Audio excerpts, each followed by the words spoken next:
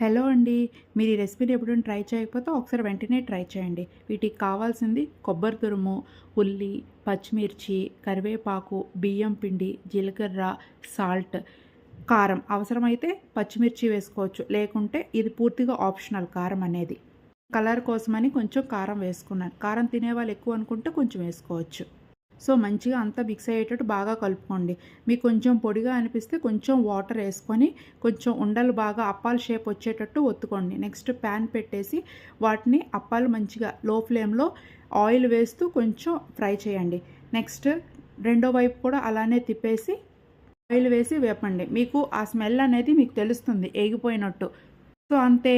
మేమైతే వీటిని కొబ్బరి వడియాలు అంటాము. మీరేమంటారు? కామెంట్ బాక్స్లో కామెంట్ చేయండి.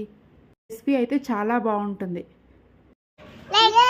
సబ్స్క్రైబ్ చేసుకోండి, అలాగే కానీ మర్చిపోవద్దు. బాయ్.